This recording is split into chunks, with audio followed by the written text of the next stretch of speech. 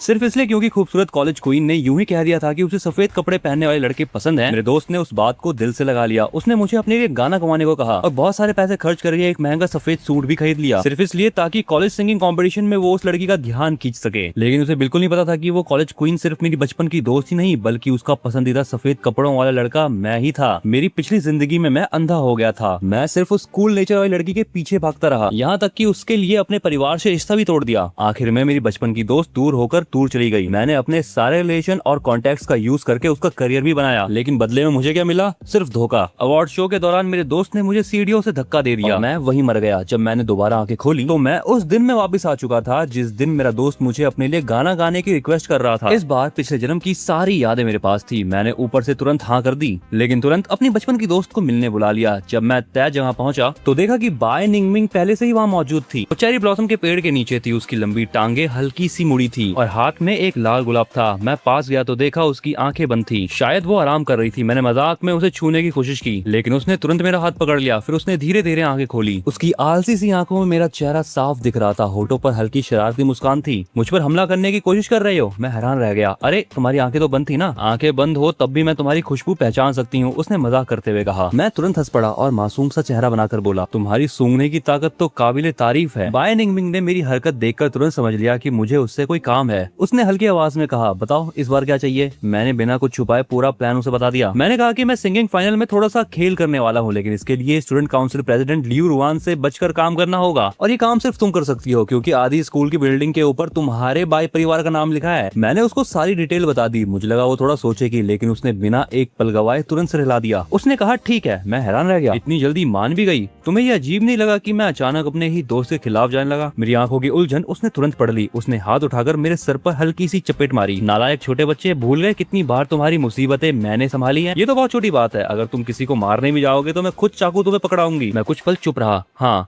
जब तक मैं किसी और की तरफ नहीं भागता वो हमेशा मेरी हर बात मानती थी। मैंने अचानक सिर उठाया और उसकी उन नरम आंखों में खो गया। तभी मुझे पिछले जन्म के वो आखिरी पल याद आ गए जब वो मेरे कान के पास टूट कर रो रही थी। मेरी आंखें तुरंत नम हो गई। मैंने कांपती आवाज में कहा, बाय निंगमिंग तुम सच में बहुत अच्छी हो। जमीन पर पड़ती धूप की चमक से मेरी आंखें चकरा गई तो मैंने जल्दी से खांस कर अपनी हालत छुपाई। उसने मुस्कुराकर कहा, इतनी अच्छी हूँ तो कोई इनाम नहीं दोगे? उसने तुरंत अपने होठ हल्के से ऊपर उठाए। बस वैसे ही मुझे फिर से निंगजी बुला दो, जैसे तुमने कल बुलाया था। उसकी इस बात को सुनकर मुझे क्लियर हो गया था कि उसे निंगजी बुलवाना बहुत पसंद था। अगर ये कोई आम दिन होता मेरे पिछले जन्म का तो मैं ये सब चीजें बिल्कुल नहीं करता, लेकिन इस समय मैं इतना इमोशनल हो चुका था कि उसे सिर्फ निंगजी कहना ही नहीं, उसके लिए कुछ भी करने को तैयार था। मैंने हंसते हुए बोला, तो क्या मैं तुम्हें सच में अपनी बड़ी बहन मान लूं? सच कहो तो तुम मेरी असली बहन से भी ज्यादा अच्छी हो। मैंने पूरी सच्चाई और मासूमियत से उसकी तरफ देखा, लेकिन पता नहीं क्यों उसका चेहरा अचानक से काला पड़ गया। उसने बिना एक पल सोचे साफ मना कर दिया, नहीं बिल्कुल नहीं। मैंने उससे मजाक में कहा, अच्छा क्यों? आखिर मैं तुम्हें दीदी क्यों ना बुलाऊं? क्या तुम्हें इस बात का डर तो नहीं है कि अगर मैं तुम्हारे परिवार का हिस्सा बन गया तो तुम्हारी सारी प्रॉपर्टी हड़प लूंगा? ये बात सुनकर बाय निंगमिंग हल्का सा हंसी। अगर तुम्हें मेरी प्रॉपर्टी चाहिए तो हमें भाई बहन बनने की जरूरत नहीं है। एक और तरीका है, ज्यादा आसान, फास्ट और पूरी तरह से लीगल। मैंने हैरानी से पूछा, कौन सा तरीका? लेकिन उसने जानबूझकर मुझे कुछ नहीं बताया, बस मुस्कुराते रही। उसकी होठों की मुस्कान किसी भी तरह छुप नहीं रही थी, जैसे मन ही मन कुछ शरारती सोच रही हो। तुम्हें नहीं बताना तो मत बताओ, मैं जा रहा हूँ। मैं मुड़कर जाने लगा। अरे अरे भाग कर रहे हो? अभी तक तो तुमने मुझे वो बुलाया ही नहीं जो मैं कह रही थी। इतना कहकर बाय निंगमिंग सीधे आकर मेरी बाहों में टकरा गई। उसने आंखें हल्की सी सिकोड़ ली। चेहरा थोड़ा नाराज लग रहा था। ठीक है, अगर नहीं बुलाना तो मत बुलाओ, लेकिन इनाम उधार रहा तो मुझ पर एक एहसान बाकी रखोगे। मैंने जानबूझकर दुखी चेहरा बनाया और सिर हिलाया। बाय निंगमिंग तुम बदल गई हो। अब तुम बचपन वाली सीधी सादी और प्यारी नहीं रही। एक छोटा सा काम करने के लिए भी शर्त रखती हो। वो धीरे से हंस पड़ी। अगर मैं थोड़ा चालाक नहीं बनूंगी तो देर सवेर तुम किसी और के साथ भाग जाओगे। तो कुछ समय बाद यूनिवर्सिटी के हॉल में एनुअल सिंगिंग कंपटीशन चालू हो चुका था। पूरा हॉल लोगों से भरा हुआ था। अलग अलग कॉलेजेस के leader, student council president, competitions के फैन क्लब और बड़े बड़े मीडिया रिपोर्टर सब वहाँ मौजूद थे। इस समय जी बॉक्साओ सफेद सूट पहनकर बैक स्टेज में खड़ा था। वो पर्दों के बीच में से स्टेज के नीचे झांक रहा था, लेकिन अगले ही पल वो पूरी तरह शॉक रह गया। उसका दिल तेजी से धड़कने लगा। बाय निंगमिंग भी यहाँ आई है। जैसे ही बाय निंगमिंग ने एंट्री ली पूरा हॉल शोर से गूंज उठा। बाय निंगमिंग अंदर आई। यहाँ तक कि प्रिंसिपल भी खुद अपनी सीट से उठ खड़े हुए और उसे सबसे आगे की खास वीआईपी सीट तक ले गए। जी बॉक्साओ यह देखकर अंदर ही अंदर खुशी से पागल हो गया। कमाल है, पहली लाइन की सीट। अब तो वो मुझे बिल्कुल साफ देख पाएगी। उसने अपने ने सफेद सूट का कॉलर ठीक किया। आखिर उसने इस सूट को बनाने के लिए पूरे 2 महीने की पॉकेट मनी खर्च की थी और अब उसे लग रहा था कि उसकी मेहनत सच में सफल होने वाली है। उसने तुरंत मुझे मैसेज भेजा, आज पूरी ताकत लगा देना, पूरा हॉल मेरे शानदार परफॉर्मेंस का इंतजार कर रहा है। मैंने मैसेज पढ़कर हल्की मुस्कान के साथ जवाब दिया, चिंता मत करो, आज तुम्हारी इच्छा जरूर पूरी होगी। उधर बाइनिंग की दोस्त यूनियन सीट पर बैठते ही हैरान होकर पूछ बैठी, ओए बिंग, तुम्हें सिंगिंग कंपटीशन में कब से दिलचस्पी होने लगी? वो समझ ही नहीं पा रही थी कि आखिर निंग बिंग के दिमाग में चल क्या रहा है, क्योंकि बाय परिवार में आने वाले प्रोफेशनल सिंगर्स को भी निंग बिंग नहीं सुनती थी कभी ध्यान से, तो फिर ये घोड़ू जी बोसाओ का परफॉर्मेंस क्यों देखने के लिए सबसे आगे बैठी हुई है? ये बात उसके लिए काफी अजीब थी। तभी होस्ट ने ऊंची आवाज में घोषणा की, अब मंच पर आ रहे हैं अंतिम प्रतियोगी जी बॉक्साओ। वो हमारे लिए गाना गाएंगे, इज दिस इज लव। अगले ही पल एक बेहद मधुर और गहरी आवाज पूरे हॉल में गूंज उठी। सभी दर्शक चौंक गए, वाह क्या आवाज है, ये तो प्रोफेशनल सिंगर जैसा लग रहा है, और बिना म्यूजिक के इतनी शानदार क्लीन वोकल। यहाँ तक कि संगीत की अच्छी समझ रखने वाली निंगमिंग की दोस्त यूनियन भी दंग रह गई। फिर उसने अनजाने में बाय निंगमिंग की तरफ देखा, पता नहीं कब उसने अपनी आंखें बंद कर ली थी। स्टेज की रोशनी में उसके चेहरे के फीचर्स और भी नरम लग रहे थे। पूरा इंसान एक आलसी लेकिन खुश एहसास दे रहा था, जैसे वो पूरी तरह उस गाने में डूब चुकी हो। यूनियन अचानक सोचने लगी, क्या उसे सच में इतना पसंद आ रहा है? फिर उसकी नजर जी बॉक्साओ के सफेद सूट पर गई। वो बिल्कुल उसी स्टाइल का था जिसे बाय निंगमिंग पसंद करती थी। उधर स्टेज के नीचे तालियों और तारीफों की गूंज बढ़ती जा रही थी। जी बॉक्साओ इस ध्यान और प्रशंसा का भरपूर मजा ले रहा था। वो तो स्टाइल मारने के लिए घूम भी गया ताकि सभी लोग उसका जो व्हाइट सूट है वो अच्छे से देख सके। लेकिन जैसे ही गाना अपने सबसे बड़े हिस्से पर पहुंचा, आवाज अचानक बंद हो गई। पूरा हॉल एक सेकंड के लिए बिल्कुल शांत हो गया। अरे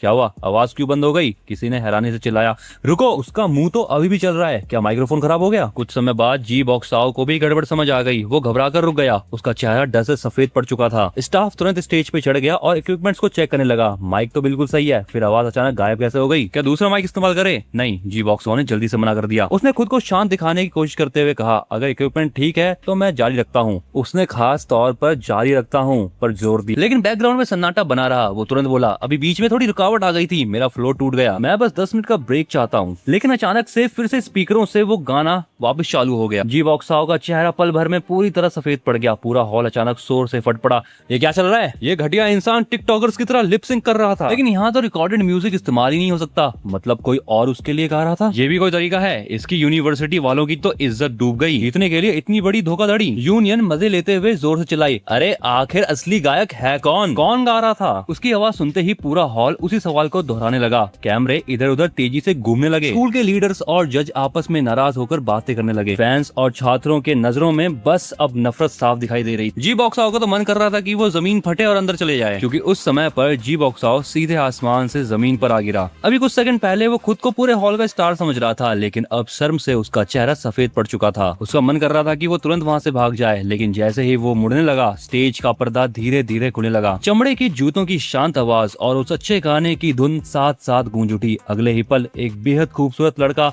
सबकी आंखों के सामने आ गया। पूरा हॉल अचानक हैरानी से सांस खींचने लगा। इतना हैंडसम कोई कैसे हो सकता है? हाँ, मैं अपनी तारीफ कर रहा हूँ, मुझे पता है, लेकिन क्या करूँ, मैं सच में इतना हैंडसम हूँ। उसकी आवाज और चेहरा दोनों परफेक्ट हैं। मैं काले टेलर्ड सूट में मंच पर खड़ा था। मेरे कॉलर पर एक नाजुक सिल्वर ब्रॉच चमक रहा था। मैं बिल्कुल किसी शाही महल से निकले युवराज जैसा लग रहा था, इतना अट्रैक्टिव कि लोग पलक झपकाना तक भूल जाए। हे भगवान, ये तो सच में किसी कहानी का हीरो लगता है। वो तो फेंगुआन है। अब समझ आया कि लोग उसे कॉलेज का सबसे सुंदर लड़का क्यों कहते हैं। उसने अपनी यूनिवर्सिटी की इज्जत बचा ली। यूनियन पूरी तरह मंत्रमुग्ध हो चुकी थी। उसने तुरंत बाय निंगमिंग की तरफ देखा। अब बाय निंगमिंग ने आगे खोल दी थी। उसकी निगाहें सीधे मुझ पर टिकी हुई थी। वो मुझे ऐसे देख रही थी जैसे दुनिया में उसके लिए और कुछ मौजूद ही नहीं हो। यूनियन शरारती मुस्कान के साथ बोली, पिंग, लगता है तुमने गलत इंसान को पसंद कर लिया। तुम्हें तो व्हाइट सूट वाली लड़की पसंद है ना? फिर वो बगल वाला है। आज से तुम्हें काले सूट वाले पसंद आने लगे क्या? बाय निंगमिंग खुद को रोक नहीं पाई और हंस पड़ी। हाँ, शायद मेरा दिल जल्दी बदल जाता है। उधर लियू रुआन की आंखें भी चमक उठी, लेकिन बाकी लोगों की तरह वो सिर्फ मेरी तारीफ नहीं कर रही थी। वो मुझे ऐसे घूर रही थी कि जैसे मैं उसकी पर्सनल चीज हूँ। उसकी आंखों में एक अजीब सी चाहत थी, इतनी गहरी कि जैसे वो मुझे पूरी तरह अपने पास बांध लेना चाहती हो। बाय निंगमिंग थोड़ा आगे झुक गई। हालांकि पूरा हॉल चीखों और तालियों से गूंज रहा था, फिर भी उसकी दिल की तेज धड़कनें खुद को छुपा नहीं पा रही थी। सू यू वे भी हैरान थी। उसे यकीन नहीं हो रहा था कि असली गायक जी बॉक्साओ नहीं बल्कि फैंग है। लियू रुआन की आंखें भी थम गई। तो ये उसकी असली आवाज थी। सू यू वे हंसते हुए बोली, रुआन, तुम्हारी किस्मत तो कमाल है, इतना हैंडसम और टैलेंटेड लड़का तुम्हारे पीछे पड़ा है, मैं तो जल गई। तुम अभी तक उसे हाँ क्यों नहीं बोल रही हो? लियू रुआन तुरंत बोली, बकवास मत करो। सू यूवे ने मुस्कुराकर कहा, पूरा कॉलेज ये बात जानता है कि फैंग तुम्हें पसंद करता है, तुम फाइनेंस डिपार्टमेंट की सबसे खूबसूरत लड़की हो, कोई और होती तो कब का पिघल चुकी होती। उसने कान के पास हाथ रखकर मुस्कुराते हुए कहा, सुनो, ये गाना तो साफ साफ तुम्हारे लिए प्यार का इजहार लग रहा है। फिर उसने छेड़ते हुए पूछा, सच बताओ रुआन, क्या तुम्हारा दिल जरा भी नहीं धड़का? गाना अब खत्म होने वाला था, मैंने आखिरी लाइन गाई और भीड़ में बाय निंगबिंग को ढूंढने लगा, लेकिन मेरी नजर गलती से लियू रुआन पर पड़ गई। तेरे की यही होना था। उसने तुरंत नजरें फेर ली, उसका चेहरा ठंडा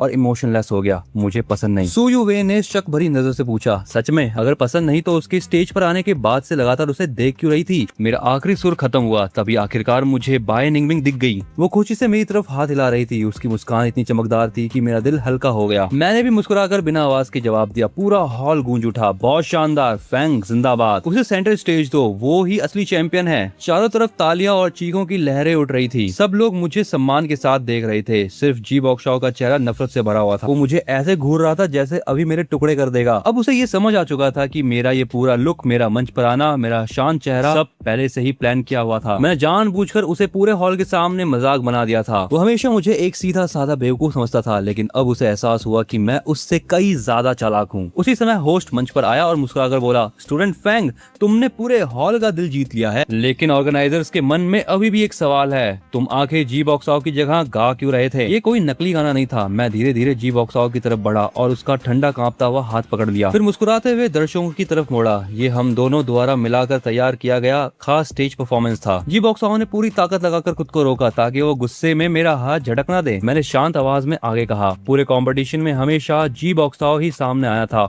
और मैं पीछे से गाता रहा, इसीलिए कंटेस्टेंट 010 असल में मैं ही था, वो नहीं। ओ, तो ऐसा था। ये आइडिया तो बहुत नया है, किसी ने सोचा ही नहीं होगा। चारों तरफ तालियों की चीखें गूंजने लगी। इसी शोर के बीच मैंने चुपके से अपना माइक्रोफोन बंद कर दिया और जी बॉक्सशाओ के कान के पास झुककर धीरे से कहा, बैक स्टेज में थोड़ा हादसा हो गया था, मैंने बस मौके के हिसाब से सब संभाला है, तुम मुझसे नाराज तो नहीं हो ना? जी बॉक्सशाओ गुस्से से कांप उठा। उसे अच्छी तरह समझ आ गया था कि मैंने ये सब कुछ जानबूझ के किया था। मैंने उसे फंसाया, उसका मजाक बनाया, उसकी सारी चमक और तारीफ खुद छीन ली और सबके सामने उसकी इज्जत मिट्टी में मिला दी। जब उसने कोई जवाब नहीं दिया तो मैंने फिर माइक्रोफोन उठाया और मुस्कुराकर पूछा, क्यों, सही कहा ना बॉक्सशाओ? जी बॉक्सशाओ के नाखून उसके हथेली में धंस गए। ऐसा लग रहा था जैसे वो गुस्से में अपनी दांत तक तोड़ देगा, लेकिन वो कुछ बोल भी नहीं सकता था। अगर वो मुझे झूठा साबित करता तो पूरे स्कूल में उसकी बेइज्जती हो जाती, यहाँ तक कि उसके ऊपर प्रतियोगिता में धोखाधड़ी का आरोप भी लग सकता था। काफी देर बाद उसने दांत भींचकर मुश्किल से एक शब्द निकाला, हाँ तुमने सही किया। कुछ देर की बातचीत करने के बाद ऑर्गेनाइजर्स ने फैसला सुनाया कि ये परफॉर्मेंस नियमों के खिलाफ नहीं था, उल्टा उन्होंने इसे बहुत क्रिएटिव बताया। फिर जजों ने अपना स्कोर दिखाया और बिना किसी शक के सबसे ज्यादा स्कोर हमने पाया। उसके बाद अवार्ड सेरेमनी शुरू हुई। स्कूल के बड़े अधिकारी और मेहमान मंच पर आने लगे ताकि हमारे साथ फोटो खिंचवा सके, लेकिन जी बॉक्सशाओ का चेहरा अभी भी पूरी तरह फीका पड़ा हुआ था।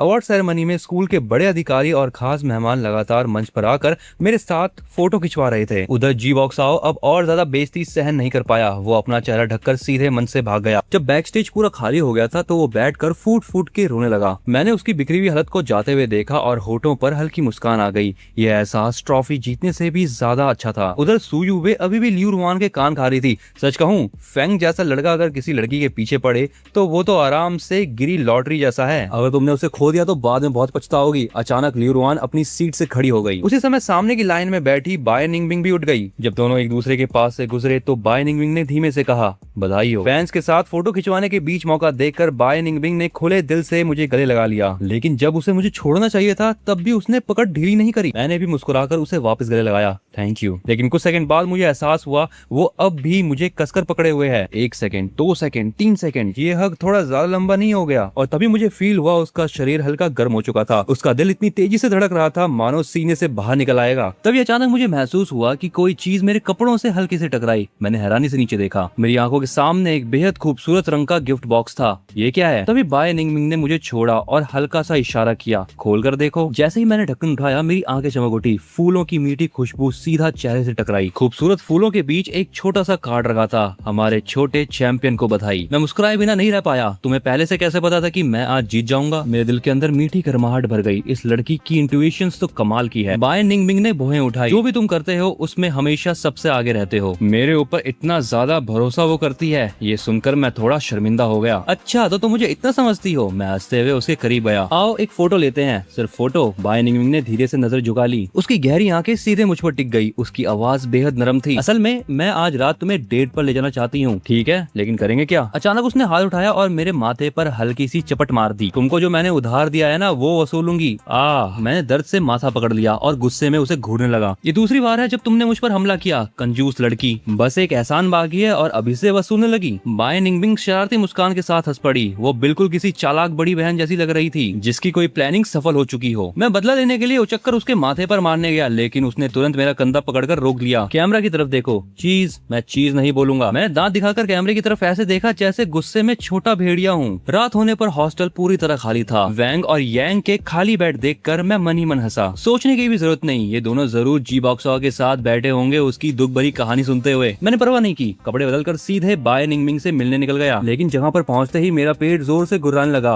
मुझे तुरंत पछतावा हुआ। अगर मुझे पता होगा कि मेरे बेवकूफ दोस्त यांग और वैंग मुझे अकेला छोड़ देंगे तो मैं बाय निंगमिंग को रेस्टोरेंट वाला सुझाव कभी नहीं देता, उसे सीधा घर ले जाता। लेकिन अब तो भूख से हालत खराब हो रही थी। मैं सोच ही रहा था कि उससे पूछूं कि उसने खाना खाया ही नहीं कि तभी बाय निंगमिंग ने जादू की तरह अपनी पीठ के पीछे से एक ट्रांसपेरेंट केक बॉक्स निकाला। उसके अंदर मेरी पसंद की चीज थी, butterfly pastries, Mont black cake, mango crepes और ढेर सारे स्नैक्स। ये सब कुछ देखकर मेरे मुंह में तो पानी आ गया। मैंने पूछा, ये सब मेरे लिए? मैंने चमकती आंखों से उसकी तरफ देखा। वो मुस्कुराई। तुम्हारे अलावा और कौन इतना मीठा खाने का शौकीन है? अरे बहुत सारे लड़कों को मिठाई पसंद होती है। मैं मुंह से बहस कर रहा था और पैकेट फाड़ चुका था डेजर्ट के। जैसे ही उसका नरम मीठा स्वाद मुंह में घुला, मेरे दिल में अचानक अजीब सी कसक उठी। फूल, केक, मुझे ये सब मिले कितना समय हो गया था। पिछले जन्म में मैं बेवकूफों की तरह लियू रुआन के पीछे भागता रहा। उसके लिए अपनी सारी हदें पार कर दी, सब कुछ दिया, यहाँ तक कि अपनी सेहत भी खराब कर ली। लेकिन तब भी मुझे कभी प्यार महसूस नहीं हुआ। और अब इन प्यार से तैयार की गई मिठाइयों को देखकर मुझे पहली बार एहसास हुआ कि किसी के द्वारा सच में चाहा जाना कैसा लगता है। तो सच में दुनिया में ऐसे लोग भी हैं जो मेरी सफलता पर मुझे फूल दे सके और उन्हें मेरी हर छोटी पसंद भी याद रहे। मैंने धीरे से सर उठाया और उसे बस देखता रहा। उसकी आंखें, उसकी नाक, उसका चेहरा, उसकी हर एक चीज मेरी आंखों में बसती जा रही थी। मैं धीरे से बुदबुदाया, बाय निंगमिंग तुम इतनी अच्छी क्यों हो? मेरी आवाज कांप रही थी। मैं उसके थोड़ा और करीब जाने वाला था, लेकिन अचानक उसने हाथ बढ़ाकर मेरी आंखें ढक दी और जल्दी से हमारे बीच दूरी बना ली। क्या कर रही हो? मैंने शिकायत की। वो हल्का सा मुस्कुराई, क्योंकि मुझे लगने लगा है कि तुम ज्यादा ही खूबसूरत होते जा रहे हो। लगता है मेरी पसंद अचानक बहुत अच्छी हो गई है। फिर उसने हाथ हटाया, उसके होठों पर वही मुस्कान थी। बस ये बात समझने में तुम्हें थोड़ी देर हो गई। दीदी हमेशा इतनी सुंदर थी। यार तुम तो बड़ी नार्सिसिस्ट हो। मैं हंसते हुए मॉन्ट ब्लैक का एक चम्मच खाने लगा। धीमी रात की हवा चल रही थी। फूलों की खुशबू और केक की मिठास हवा में घुल चुकी थी और मेरे पास मेरी बचपन की दोस्त बैठी थी। सब कुछ सपने जैसा शांत और खूबसूरत लग रहा था। जो साथ पहले मुझे बहुत नॉर्मल लगा करता था, अब वो सबसे कीमती एहसास बन चुका था। तभी मुझे याद आया, वैसे तुम जो रिवॉर्ड चाहती थी वो क्या है? बाय निंगमिंग की आंखें अचानक गहरी हो गई। उसने कहा, मेरा बीवी बन जाओ। क्या?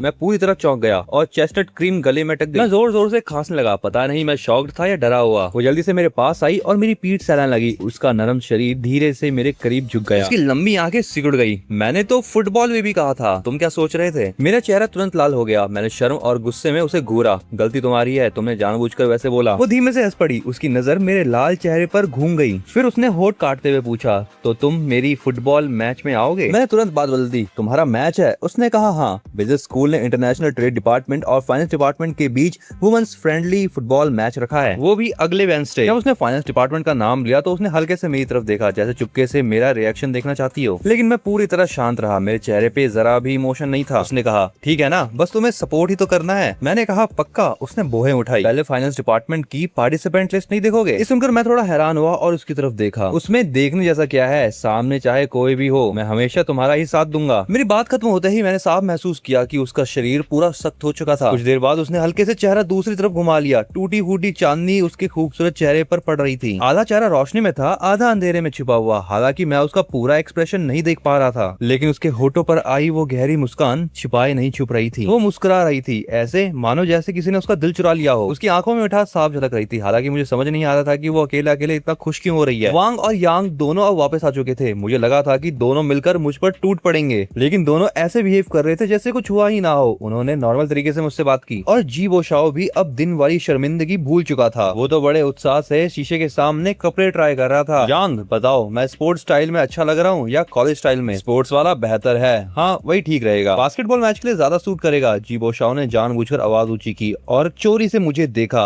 अभी डिनर के बाद रुयान ने मुझे नीचे मिलने बुलाया। उसने कहा कि बिजनेस स्कूल में मैच है, वो फाइनेंस टीम की तरफ से खेलेगी और उसने खास तौर पर मुझे चीयर अप करने के लिए बुलाया है। वैसे तुम लोग भी आना, मैं तुम्हारे लिए सीट बचा के रखूंगा। उसके बोलते ही वांग और यांग दोनों मेरी तरफ देखने लगे। उनकी आंखों में मेरे लिए दया साफ दिखाई दे रही थी। शायद उन्हें लग रहा था कि मैं लियू रुआन को इतना पसंद करता हूँ, फिर भी मुझे इस बात का पता नहीं था और अब मुझे अपनी आंखों के सामने जी बोशाओ को उसका चीयर लीडर बनते देखना पड़ेगा। लेकिन मैं मनी मन हंस पड़ा। अब समझ आया कि बाय निंगमिंग मुझे लिस्ट क्यों दिखाना चाहती थी। असल में लियू रुआन भी खेलने वाली थी। लगता है बाय निंगमिंग अभी भी यकीन नहीं कर पा रही थी कि मैं सच में लियू रुआन को पूरी तरह भूल चुका हूँ। जी बोशाओ ने कपड़े नीचे रखे और घूरते हुए मेरी तरफ देखने लगा, जैसे कि वो मेरे चेहरे पे जलन देखना चाह रहा हो। लेकिन मैं नॉर्मल तरीके से अपना सामान समेट रहा था। मैंने उसकी तरफ ढंग से देखा तक नहीं। नाटक कर रहा है क्या सच में सोचता है कि मुझे फर्क पड़ेगा? देखते ही देखते वेंसडे आ गया। जिंग यूनिवर्सिटी का मैदान लोगों से भरा हुआ था। बिजनेस स्कूल द्वारा आयोजित इंटरनेशनल ट्रेड और फाइनेंस डिपार्टमेंट के बीच की दोस्ताना फुटबॉल मैच में बहुत ज्यादा ही लोग आ गए थे। यहाँ तक कि दूसरे कॉलेजों के छात्र भी देखने आ गए थे। मैं जानता था कि ये सभी लोग यहाँ पर क्यों आए हैं। बाय निंगमिंग और लियू रुआन, ये दोनों ही बहुत ज्यादा खूबसूरत और मशहूर थी। मैं मैदान के किनारे खड़ा था और ये सब देखकर मन ही मन खुश हो रहा था। मैच शुरू भी नहीं हुआ था, लेकिन मैदान के चारों तरफ भीड़ उमड़ चुकी थी। हवा में जोश और युवाओं का उत्साह भरा हुआ था। जी बोशाओ सिर ऊंचा करके फाइनेंस डिपार्टमेंट की मेल चीयर टीम को लेकर आगे बढ़ा। लियू रुआन ने अनजाने में उसके पीछे देखा, लेकिन उसे सिर्फ वांग और यांग दिखाई दिए। उसकी निगाहें अब खुद ब खुद रुक गई। अरे निंग जी, इंटरनेशनल ट्रेड डिपार्टमेंट की यूनियन बोली, जरा उधर तो देखो कितनी जोरदार चीयरिंग हो रही है और हमारी तरफ कितना सन्नाटा है। तुम्हारे इतने सारे फैन हैं जो रोज तुम्हारे पीछे घूमते रहते हैं, लेकिन आज जरूरत के समय एक भी नहीं दिख रहा। कौन कहता है नहीं है? बाय निंगमिंग ने अपनी लंबी उंगलियों पर गेंद घुमाई। फुटबॉल उसकी उंगलियों पर तेजी से घूमने लगी। उसने मुस्कुराकर कहा, ये क्या है? सिर्फ हैंडसम होने से क्या फायदा? मुझे असली मदद चाहिए। यूनियन की बात पूरी भी नहीं हुई थी कि अचानक चारों तरफ जोरदार चीखें गूंज उठी और उसी पल मेरी एंट्री हुई। आज मैंने खास तौर पर एक साफ सुथरी कॉलेज स्टाइल यूनिफॉर्म पहनी थी। व्हाइट शर्ट की शानदार फिटिंग मेरी पर्सनैलिटी को निखार रही थी। अनगिनत निगाहें आग की तरह मेरे चेहरे पर टिक गई। क्या वो फैंग है? वो तो बिल्कुल स्कूल रोमांस मांगा के हीरो जैसा लग रहा है। चिंग यूनिवर्सिटी का सबसे हैंडसम लड़का,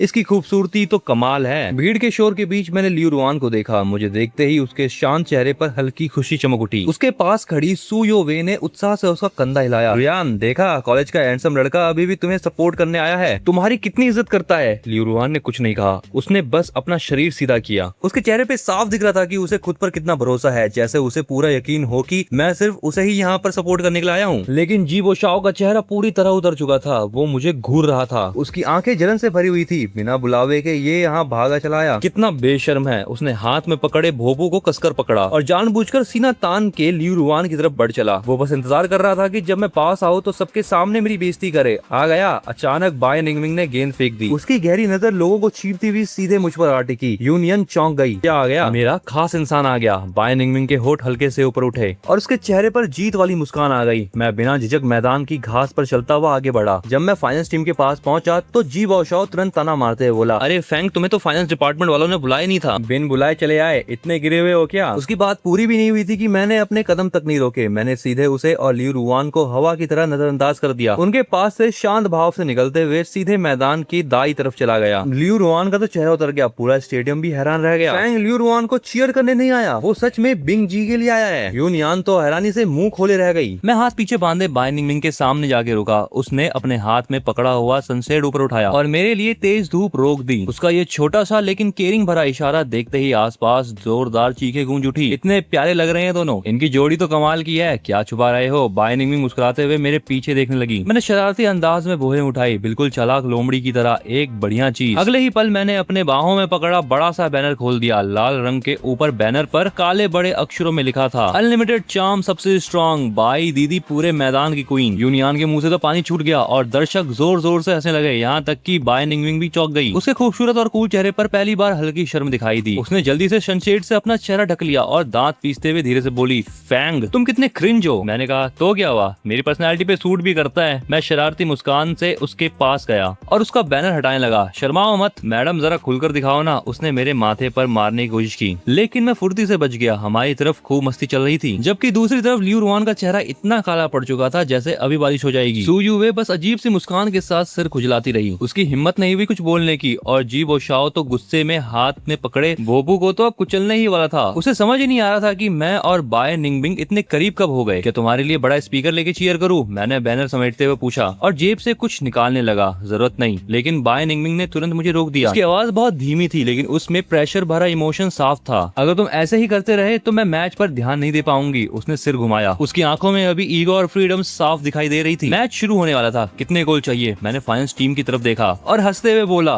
इनको पूरी तरह कुचल दो। बाय निंगबिंग कुछ कह पाती उससे पहले ही इंटरनेशनल ट्रेड टीम के खिलाड़ी हंस पड़े। अचानक सीटी बजी और मजेदार फ्रेंडली मैच अब किसी वॉर जैसा बन गया था। बाय निंगबिंग और लियू रुआन दोनों स्टार फॉरवर्ड सीधे आमने सामने आ गई। बाय निंगबिंग गेंद लेकर पेनल्टी एरिया में घुसी और लियू रुआन उसे रोकने के लिए पूरी ताकत लगा रही थी, लेकिन बाय निंगबिंग ने उसकी तरफ देखा तक नहीं। उसने एडी से हल्का सा किक मारा और फुटबॉल किसी रेनबो की तरह लियू रुआन के सिर के ऊपर से निकल गई। फिर उसने छोटे से एंगल से एक शानदार गोल मार दिया। स्कोर हुआ 1-0। बाय दीदी सबसे स्ट्रॉन्ग, पूरे मैदान की क्वीन। पूरा स्टेडियम मेरे देहाती नारे लगाने लगा। बाय निंगबिंग ने मेरी तरफ तो किसी राजकुमारी जैसे सलामी दी। उस पर उसकी आंखों की चमक सूरज से भी ज्यादा तेज थी। मैं मैदान के किनारे खड़ा मुस्कुरा रहा था और दूसरी तरफ फाइनेंस टीम की डिफेंडर डरे हुए अंदाज में लियू रुआन से माफी मांग रही थी। मैं स्टैंड के पास खड़ा बाय निंगबिंग को मैदान पर राज करते देख रहा था। लड़की हमेशा शांत और समझदार मानी जाती थी, आज पूरी तरह बदल गई थी। गोल करने के बाद भी उसने ओपोनेंट टीम की तरफ देखा तक नहीं। दूसरी तरफ लियू रुआन अपनी जिंदगी के सबसे बुरे मैच से गुजर रही थी। मैच के 10वें मिनट में बाय निंगबिंग गेंद लेकर मिडफील्ड से सीधे गोल पोस्ट तक पहुंच गई। लियू रुआन की तो ये चीज देखकर फट ही गई। उसने स्लाइड टैकल मारकर गेंद छीनने की कोशिश की, लेकिन बाय निंगबिंग जैसे पीछे भी देख सकती थी। उसने शानदार मूव से डिफेंस को थका दिया और सीधा जोरदार शॉट मारा। अब स्कोर हो गया था 2-0। बाय निंगबिंग उसके पास से गुजरते हुए मुस्कुराई और ताना मारते हुए बोली, तुम्हें पार करना तो सड़क पार करने जितना आसान है। मैंने देखा लियू रुआन का चेहरा तुरंत सख्त पड़ गया। उसकी हालत बहुत खराब लग रही थी, लेकिन इसके बाद वो पूरी तरह बेकाबू हो गई। उसके खेल में अब जरूरत से ज्यादा अग्रेसिवनेस आ गई, यहाँ तक कि खतरनाक फॉल की वजह से रेफरी ने उसको येलो कार्ड दे दिया। लेकिन इतनी मेहनत के बावजूद भी वो इंटरनेशनल ट्रेड टीम को रोक नहीं पाई। स्कोर तेजी से बढ़ता गया। बाय दीदी बहुत जबरदस्त है। दर्शकों की चीखें स्टेडियम हिला रही थी। फाइनेंस टीम तो बच्चों जैसी लग रही है। यांग और वांग साथ खड़े थे, दोनों ही सीरियस होकर मैच देख रहे थे।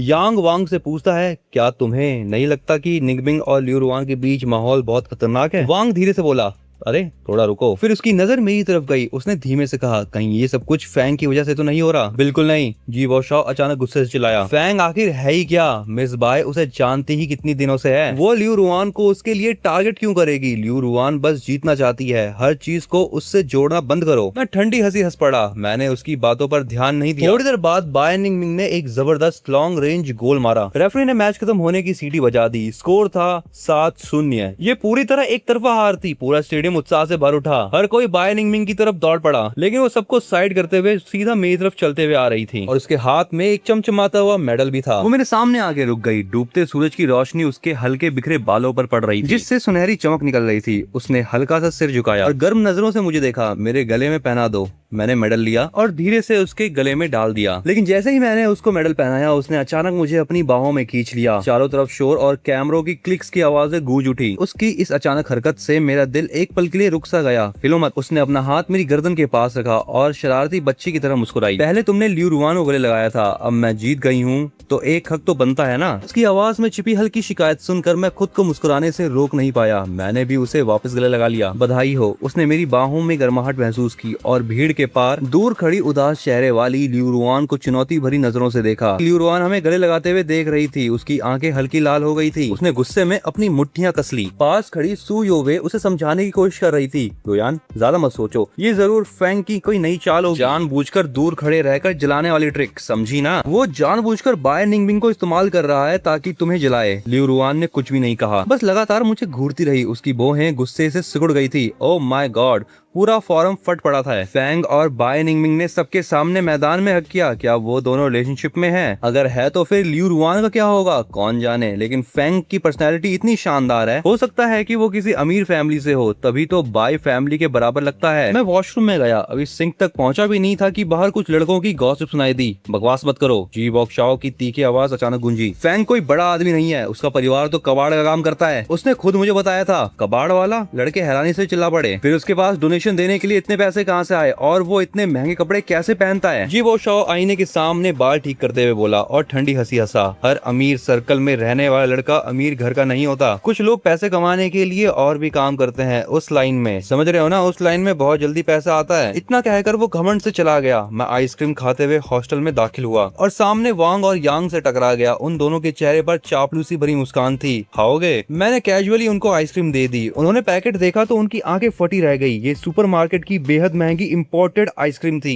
जिसकी कीमत उनकी एक दिन के खर्च से भी ज्यादा थी। थैंक यू युआन भाई, यांग ने पैकेट खोलते हुए कहा। उसकी आवाज में शर्म साफ झलक रही थी। सॉरी यार, पिछले हफ्ते फाइनल मैच में हम जानबूझकर नहीं आए थे। कोई बात नहीं, मैंने उनकी बात बीच में काट दी। मैं अच्छी तरह जानता था वो लोग बस इसलिए मेरे करीब आ रहे हैं क्योंकि उन्हें लग रहा है कि मैं अब फिर अमीर हो गया हूँ और शायद उनके काम आ सकता हूँ। वो तो बस ग्रेजुएशन के बाद अपने फ्यूचर के लिए रास्ता बना रहे थे। युआन भाई, तुम सच में बदल गए हो, वांग पास आकर बोला। उसकी आवाज बड़ा चढ़ाकर भरी हुई थी। अब तो तुम बहुत चमकते हो, जैसे कोई सितारा। पहले वाला मैं बस एक हैंडसम और बेजान लड़का था जो हर समय सिर्फ लियू रुआन के पीछे घूमता रहता था, जिससे सब परेशान हो जाते थे। लेकिन अब का मैं, चाहे मैदान में चीयर करना हो या स्टेज पर गाना, ऐसा लग रहा था कि जैसे मैं फिर से जी उठा हूँ। वैसे युआन भाई, क्या पिछली बार माइक्रोफोन तुमने जानबूझकर खराब किया था? ऐसा नहीं हो सकता। हाँ, मैंने ही किया था। मैंने शांति से आइसक्रीम की एक और बाइट ली। कमरे की हवा अचानक जम सी गई। दोनों की मुस्कान चेहरे पर अटक गई। उन्होंने जबरदस्ती हंसने की कोशिश करी और चुपचाप अपनी सीट पर लौट गए। मुझे भी बात बढ़ाने में दिलचस्पी नहीं थी। मेरे दिमाग में बस यही चल रहा था कि घर वालों से माफी कैसे मांगू। जैसे ही मैं क्लासरूम में दाखिल हुआ, मेरा मजाकिया सीट में फैन जी मिल गया। वाह, क्या कोइंसिडेंस है, तुम भी इस बेकार ऑप्शनल सब्जेक्ट में फंस गए। वो हंसते हुए बोला और मुझे कोहनी मारी। मैंने थक कर माथा पकड़ लिया। मेरे बहुत क्रेडिट कम है, अगर अब पूरे नहीं किए तो ग्रेजुएशन रुक जाएगी। इतने में क्लासरूम के दरवाजे पर अचानक सफेद कपड़ों में एक लड़की दिखाई दी। जैसे ही वो किताबें लेकर अंदर आई, पूरी क्लास में हलचल मच गई। लियू रुआन, वो यहाँ कैसे? इतनी टॉपर लड़की को भी क्रेडिट्स पूरे करने हैं, कहीं वो फैन के लिए तो यहाँ नहीं आई? मैं एक पल के लिए चौंक गया। मुझे याद था कि वो कभी ऐसी आसान क्लास नहीं लेती जो बिल्कुल भी चुनौतीपूर्ण ना हो।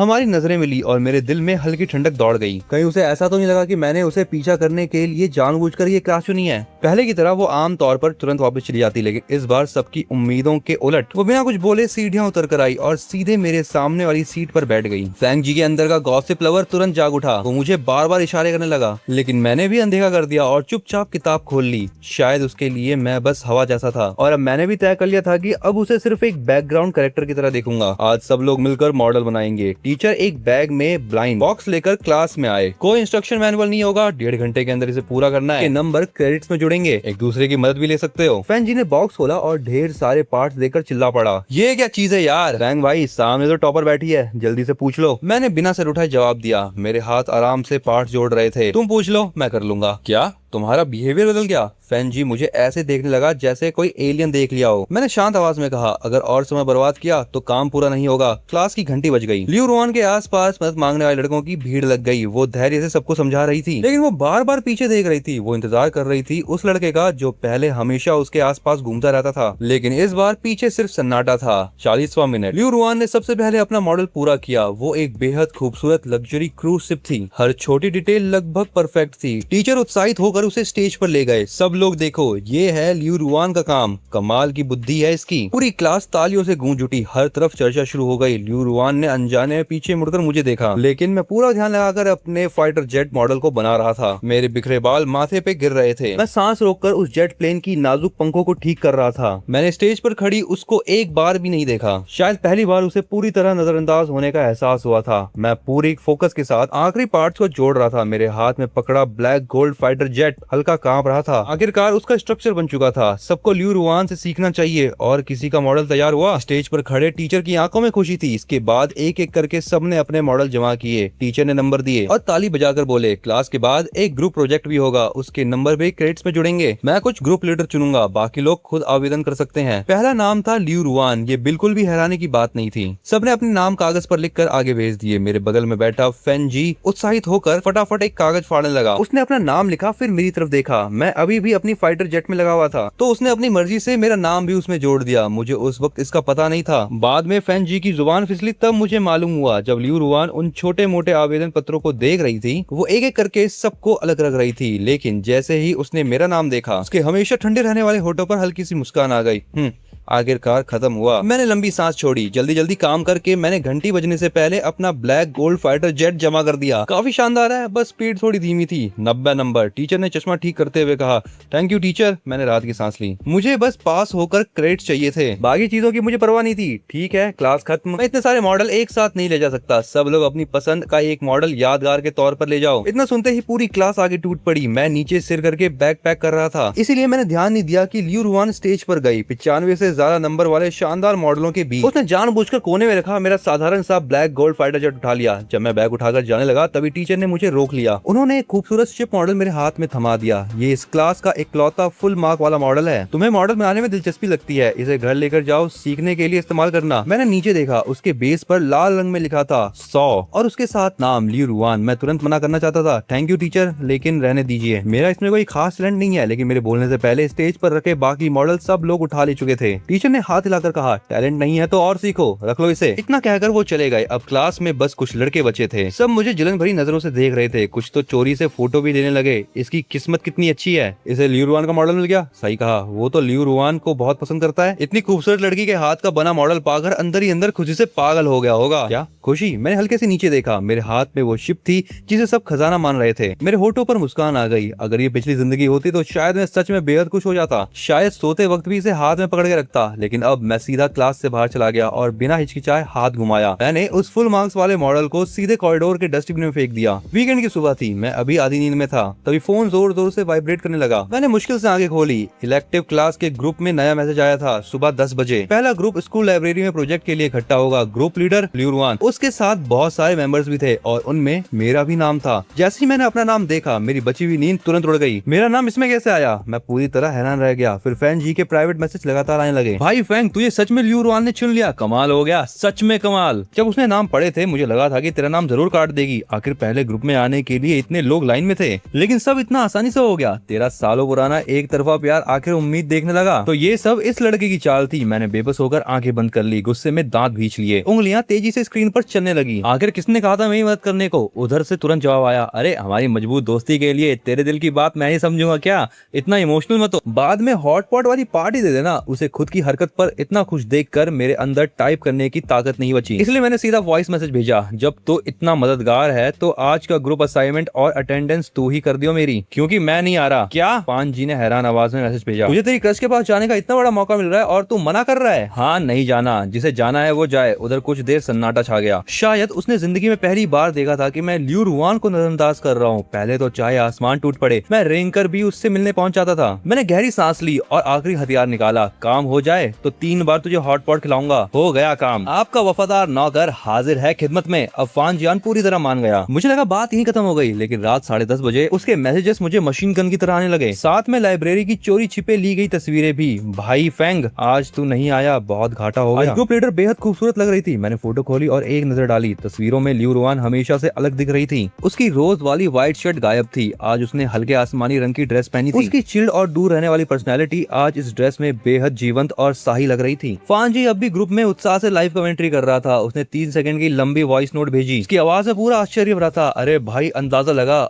अभी क्या हुआ? एक लड़के ने कहा कि हल्का मेकअप करके वो किसी फिल्म स्टार से भी ज्यादा सुंदर लगती है, और उसने अचानक पूछ लिया, तो दूसरी लड़की से तुलना करो तो हे भगवान, ये तो साफ साफ मिस बाई की खूबसूरती की तुलना कर रहा था। वॉइस नोट सुनते ही मैं हल्का मुस्कुराया, थोड़ी बोहें ऊंची कर ली। ये बर्फ की रानी भी अब अपने लुक्स पर फिक्र करने लगी। फान जी के मैसेज लगातार आने लगे। एक लड़की उसकी खुशामद करने लगी। उसने सीना ठोकर लियू रुआन से कहा, अगर मैं लड़का होता तो जरूर तुम्हें पसंद करती। पास बैठे लड़के भी तुरंत से रिलाने लगे। आखिर मिस बाई जैसी लड़की के बारे में सोचने की भी किसी की हिम्मत नहीं थी। लेकिन पता है सबसे अजीब बात क्या थी? लियू रुआन ने ये सुनकर जैसे कुछ याद कर लिया हो, वो मुस्कुरा दी। उसका मूड बहुत अच्छा लग रहा था। उसके चेहरे पे लगातार मुस्कान थी। मैंने स्क्रीन पर लिखे मैसेज देखे और बिना किसी इमोशन के फोन लॉक कर दिया। फिर करवट लेकर कंबल ओढ़ लिया। वो हंसे या ना हंसे, किसी से मुकाबला करे, कोई फर्क नहीं पड़ता मुझे। अब मैं बस उससे जितना दूर रह सकूं रहना चाहता था। उधर फान जी जल्दी जल्दी लाइब्रेरी पहुंचा। उसकी आवाज में माफी थी, सॉरी मैं लेट तो नहीं हुआ। लियू रुआन ने सिर उठाया। उसकी नजर उसके पीछे दरवाजे की तरफ गई। फैंग कहाँ है? फांग जी ने समझाया, आया, उसे अचानक काम आ गया। उसने मुझे असाइनमेंट और अटेंडेंस देने भेजा है। लियू रुआन की आगे तुरंत ठंडी हो गई। उसने सख्त आवाज में कहा, नहीं चलेगा, मेरे ग्रुप में सबको खुद आना होगा। पांग जी ये सुनकर शॉक रह गया।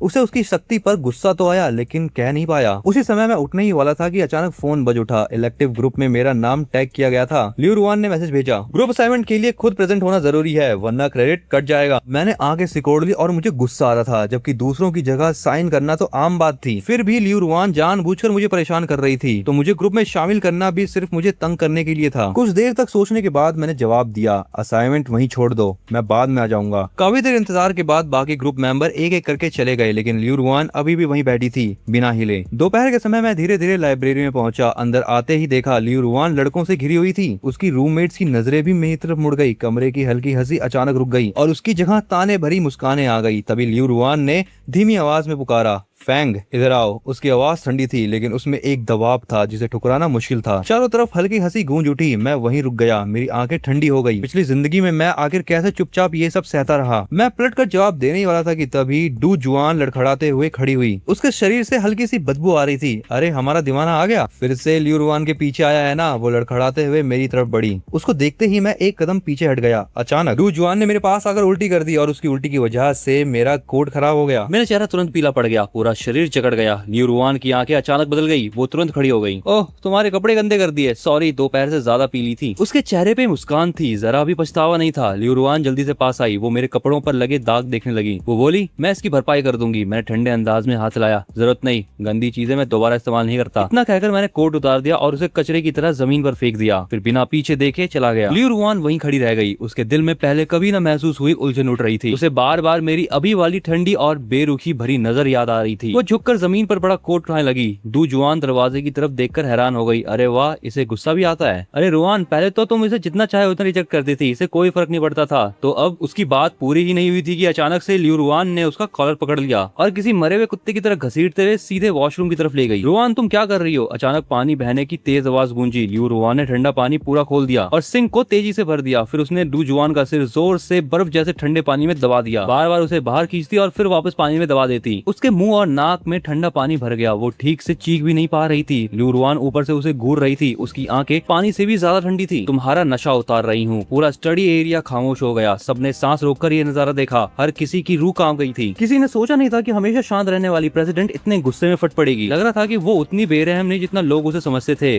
कॉमर्स बिल्डिंग के बाहर जी बॉक्स शॉ एक कोने में बैठा था। वो अभी अभी सुनी गॉसिप के बारे में सोच रहा था। किसी ने कहा था कि फेंग बाय निंगमिंग का डांस देखने गया था और उसे बिंग जी कहकर बुला रहा था। ये सुनकर उसे गुस्सा आ गया। अगर प्यार से काम नहीं बन रहा तो अब मुझे खुद कदम उठाना होगा। थोड़ी दूर बाय निंगमिंग एक हाथ से बैग टांगे आराम से चल रही थी। उसके लंबे बाल और ठंडी आंखें लोगों पर प्रेशर डाल रहे थे। शिवो साओ ने गहरी सांस ली, ड्रिंक की बोतल कसकर पकड़ी और तेजी से उसकी तरफ बढ़ा। पास से गुजरते समय उसने जानबूझकर फिसलने का नाटक किया और शरीर उसकी तरफ गिरा दिया, लेकिन बाय निंगमिंग तुरंत एक तरफ हट गई। हालांकि ड्रिंक उसके बैग पर गिर गई। जी बॉक्स साओ आधा घुटनों पर बैठ गया। उसने ऊपर देखा, आंखों में नकली आंसू थे। सॉरी, गलती से हो गया, बैग मुझे दे दो, मैं इसे साफ कर दूंगा। बिंग जी। ये बिंग जी शब्द को सुनते ही बाय निंगमिंग का चेहरा तुरंत सख्त हो गया। उसकी आंखों में घिन साफ दिख रही थी। उसके बैग से किताबें निकाली और महंगा बैग सीधे कूड़ेदान में फेंक दिया। फिर बिना कुछ बोले चली गई। जी बॉक्स साओ शर्म से जमीन पर बैठ गया। उसकी आंखों में गुस्सा और बेबसी थी। ऐसा कैसे हो गया? उसने खाली कप जोर से पकड़ लिया। उसका दिल दर्द से भर गया। ये सब कुछ उसकी उम्मीदों से बिल्कुल उल्टा था। बिंग जी कहकर वो करीब आना चाहता था, लेकिन दूरी और बढ़ गई। यूनियान जल्दी से बाय निंगमिंग के पीछे भागी, लेकिन उड़ती हुई किताब लगभग उसके चेहरे पे लगी। चुप रहो, बाय निंगमिंग ने उसे डांट दिया। मुझ पर गुस्सा क्यों कर रही हो? ड्रिंक तो मैंने नहीं गिराई। यूनियान ने दुखी चेहरा बनाया, लेकिन बाय निंगमिंग रुकी नहीं। उसका साइड प्रोफाइल बेहद ठंडा लग रहा था। ड्रिंक तुमने नहीं गिराई, लेकिन तुम्हारी जुबान बहुत चलती है। हर वक्त बिंग जी करती रहती हो। अब हर कोई वही बोलने लगा है। मुझे घिन आती है इस शब्द से, उसने ताना देते हुए कहा। दूर खड़ा जी बॉक्स साओ ये सब सुन रहा था। वो सोच रहा था कि इतनी मेहनत से बनाया मौका एक पल में बर्बाद हो गया। उसे पूरी तरह ठुकरा दिया गया। आगे से मुझे बिंग जी मत बुलाना, बाय निंगमिंग ने ठंडे स्वर में कहा। बिंग जी नहीं तो क्या बुलाऊं, माँ बुलाऊं? फिर हंसते बोली, लेकिन पिछली बार जिम में फेंग भी तुम्हें तो यही बुला रहा था। उस समय तो तुमने ऐसा रिएक्शन नहीं दिया, बल्कि उसे तो बहुत प्यार से ट्रीट कर रही थी। फेंग नाम सुनते ही बाय निंगमिंग का चेहरा नरम पड़ गया। उसके होठों पर हल्की मुस्कान आ गई। दूसरे लोग बोलते तो घिन आती है, लेकिन जब वो बुलाता है अच्छा लगता है। यूनियन जलन भरे अंदाज में बोली, चलो हम इस प्यार में पड़ी अंधी लड़की को छोड़ देते हैं। फेंग, फिर वही फेंग। जी बॉक्स साओ को बहुत गुस्सा आ रहा था। उसकी आंखों में नफरत जहर से बढ़ गई थी। उसी समय बास्केटबॉल कोर्ट पर सी जाओ जाओ अचानक रुक गई। उसने कोर्ट के एक तरफ इशारा किया, निंगमिंग देखो वो फेंग है क्या? बाय निंगमिंग ने तुरंत मुड़कर देखा। उसने एक नजर में लाइब्रेरी से निकलती मेरी परछाई पहचान ली। उसके होठों पर मुस्कान आ गई। वो तुरंत कोर्ट से बाहर मेरी तरफ बढ़ी और आवाज लगाई, फेंग फैंग। यूनियन शरारती मुस्कान के साथ बोली, वाह इतने प्यार से बुलाया। बाय निंगमिंग की आवाज में अनजाना प्यार साफ था, जिससे आसपास के सब लोग उनकी तरफ देखने लगे, लेकिन मैंने कोई रिएक्शन नहीं दिया, जैसे मैंने सुना ही ना हो। मैं बस आगे चलता गया। यूनियन पास आकर बोली, क्या उसे सुनाई नहीं दिया? अरे कैसे सुनाई नहीं दिया होगा, इतनी जोर से बुलाया था, पास वाली बिल्डिंग तक को सुनाई दे गया होगा। फैंग जी हैरान हो गया। बाय निंगमिंग ने फिर आवाज लगाई, फैंग,